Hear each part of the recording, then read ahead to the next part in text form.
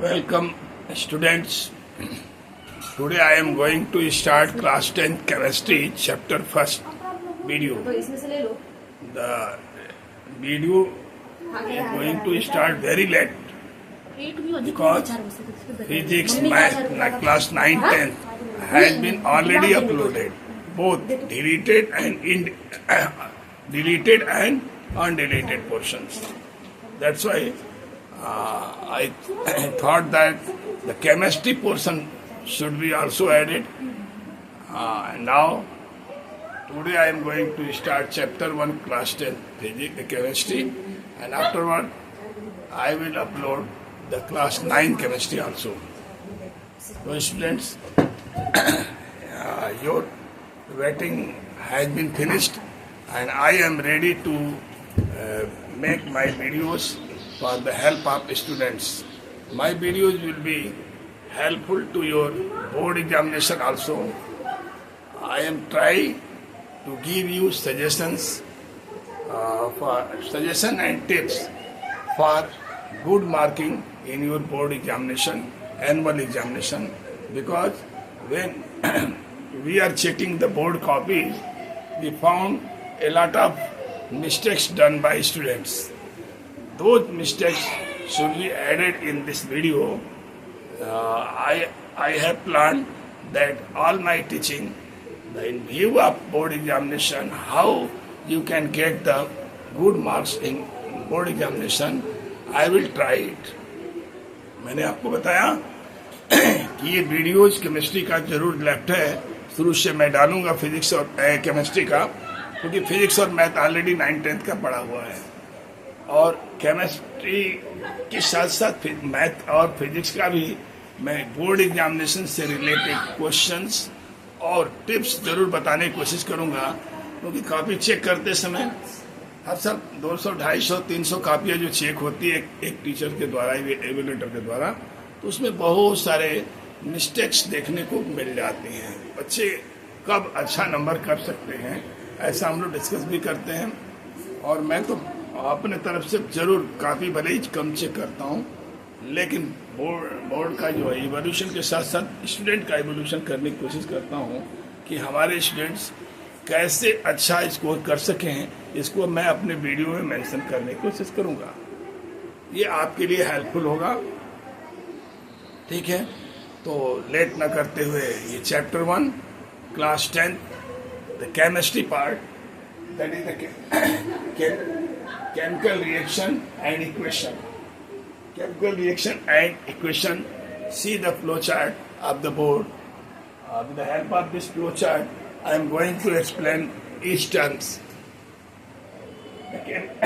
Chain around us. You know that around our locality or throughout the world, there is different types of changes. Those changes may be physical change or chemical change. Physical change or reversible change. It can be reversed in its original form. For example, if water is freezes, it changes into solid state. When it melts, it changes into liquid state. Okay, those changes are physical changes. Many types of physical changes are there. Evaporation, evaporated water is physical change also, because in gaseous state, when it condenses, it comes down in liquid state.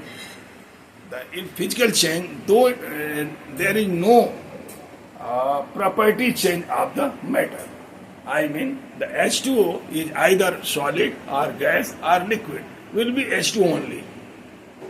But in chemical change, the new substance will be formed. New substance will be formed means new substance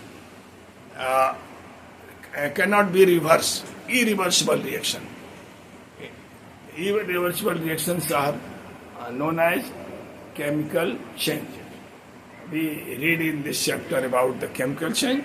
See, the chemical change belongs to, we are written 4 types of changes. The combination reaction decomposition reaction, displacement reaction, double displacement, and redox reaction. Combination reaction, the name of this reaction is combination. Combination means combine. When two or more reactants combine together and form a single product, that change is known as combination reaction. You can write it here. Combination reaction example I am going to write. C plus O2 forms Cl. Carbon and oxygen, one atom of carbon and one molecule of the oxygen combine together and forms one molecule of carbon dioxide. For the other example, CaO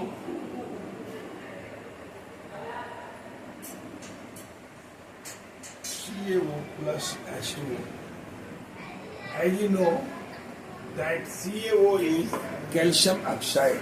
Calcium oxide means the quick lime. Quick lime you can purchase from the market for whitewashing your walls. That is the CO.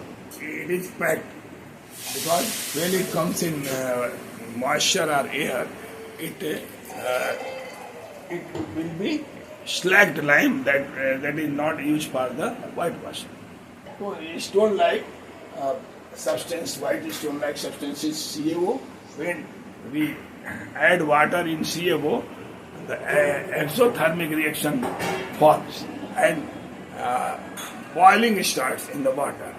That all heat from CaO comes out and increase the temperature of the water. This exothermic reaction forms CaOH twice. CaOH twice plus heat. Heat, the symbol of heat is triangle.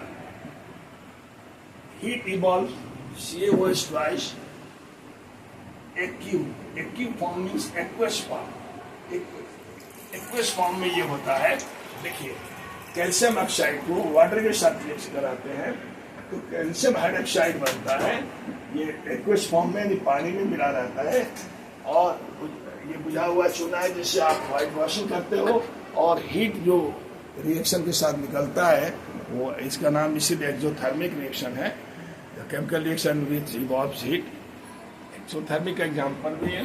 और heat निकलता है. इसके बाद ये एक ही बन गया. देखिए, दो रिएक्टेंट मिला है और एक कंपाउंड बन गया है, एक प्रोडक्ट बन गया है. ये कॉम्बिनेशन का एग्जाम्पल. और सारे भी एग्जाम्पल हो सकते हैं. मैं आपको एग्जाम्पल के साथ बताने की कोशिश करता हूँ. Decomposition reaction. Decomposition reaction means a single reactant splits into two or more product. एक कंपाउंड जो हीट जनरली वो हीट देने पर टूटता है और टूट करके या सनलाइट में भी टूट जाता है. इलेक्ट्रिकल इलेक्ट्रोलाइटिक रिएक्शन में भी ये डिकम्पोजिशन होता है. जैसे वाटर डिकम्पोज होकर के H2 और O2 में टूट जाता है. तो एक single reactant split into two or more product, that is the decomposition reaction. तो आपको एक डिकम्पोजिशन का एग्जांपल बताता हूँ.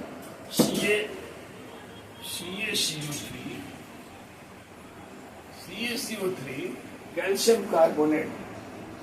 कैल्शियम कार्बोनेट चूना पत्थर के नाम से जानते हैं. इसको जब हीट किया जाता है, ये हीट किया जाता है तो ये टूट जाता है. CaO प्लस CO2 में ये टूट जाता है. देखिए, यही चूना पत्थर, ये जो क्विक लाइम है जो इससे आप व्हाइट वॉशिंग करते हैं वो कहाँ से आता है? ये नेचर में अवेलेबल है. चूना पत्थर जहाँ सीमेंट फैक्ट्रियाँ होती है ना, वहाँ चूना पत्थर जहाँ होती है वहीं बनाया जाता है.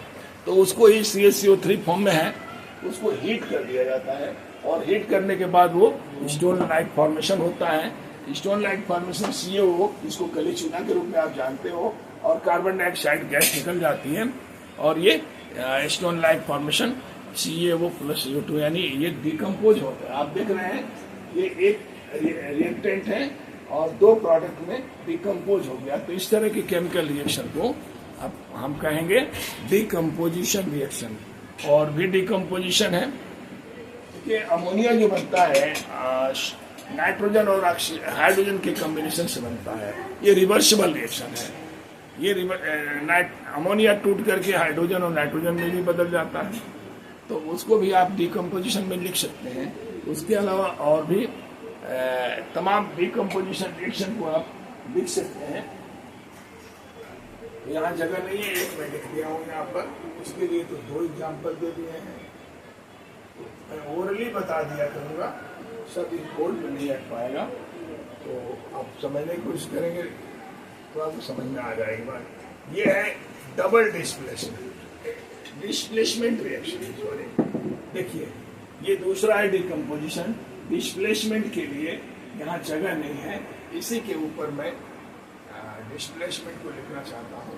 डिस्प्लेसमेंट रिएक्शन जब more reactive elements less reactive element या कंपाउंड को उसके केमिकल रिएक्शन से अलग करता है, तो उसको डिकम्पोजिशन रिएक्शन कहते हैं। डिकम्पोजिशन रिएक्शन के लिए हम क्या करते हैं, जब ये मोर रिएक्टिव, जैसे मान लीजिए Zn है, जिंक है और CuSO4 है, कॉपर सल्फेट है, तो जिंक मोर रिएक्टिव है कॉपर से, तो जिंक उस कॉपर को हटाकर अपना कंपाउंड बना लेगा, यानी जिंक सल्फेट बना लेगा और कॉपर को ये डिस्प्लेस कर देगा। तो जब कोई एक एलिमेंट या कोई एक एलिमेंट हो या मॉलिक्यूल हो और वो केमिकल रिएक्शन में रिएक्ट करके दूसरे को हटाकर अपना कंपाउंड बना लेता है, तो उसको डिस्प्लेसमेंट रिएक्शन कहते हैं।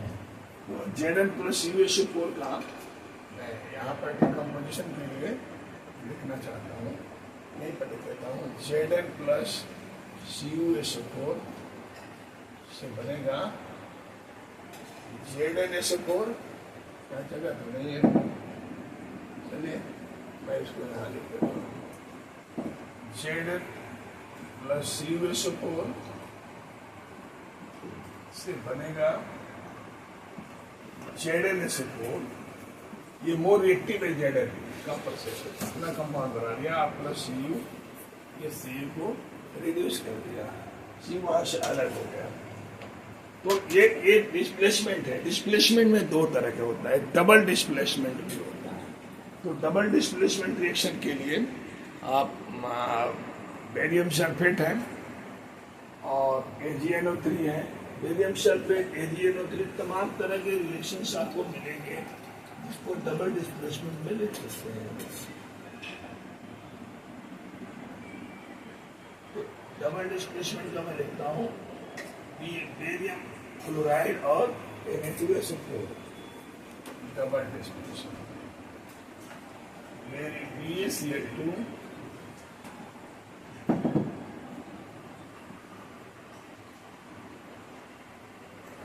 बेरियम क्लोराइड और जिंक सल्फेट भी इसके साथ, बेरियम क्लोराइड के साथ अब रिएक्शन करा देते हैं। बेरियम क्लोराइड है और सोडियम सल्फेट है,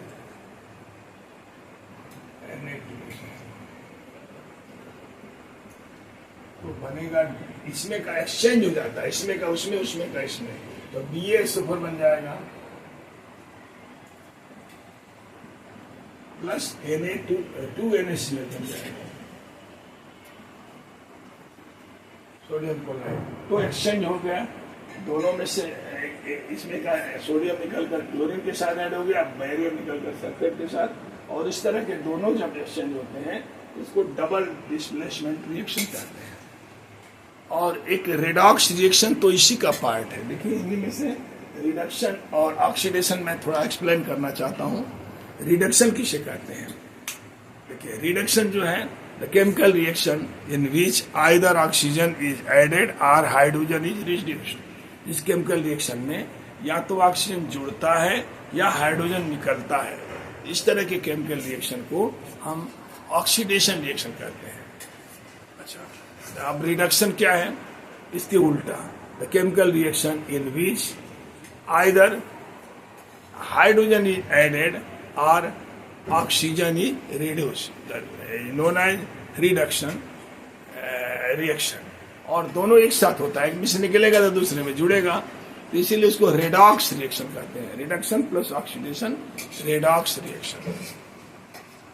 तो रेडॉक्स रिएक्शन के लिए भी हम, रेडॉक्स रिएक्शन मतलब इसमें मैंने ऑक्सीडेशन दिखाया है, ऑक्सीजन आकर मैग्नीशियम के साथ जुड़ा और मैग्नीशियम ऑक्साइड बना दिया। हमने 2 लिया है Mg और 2 एक मॉलिक्यूल लिया है ऑक्सीजन, तो 2MgO बनेगा, इसलिए हमने बैलेंस भी कर दिया 2MgO। इसमें ऑक्सीजन जुड़ गया, ऑक्सीडेशन हो गया। यदि किसी में से निकलता है ऑक्सीजन तो उसको रिडक्शन कहते हैं। तो इस तरह से रिडक्शन रिएक्शन होगा। Okay, thanks.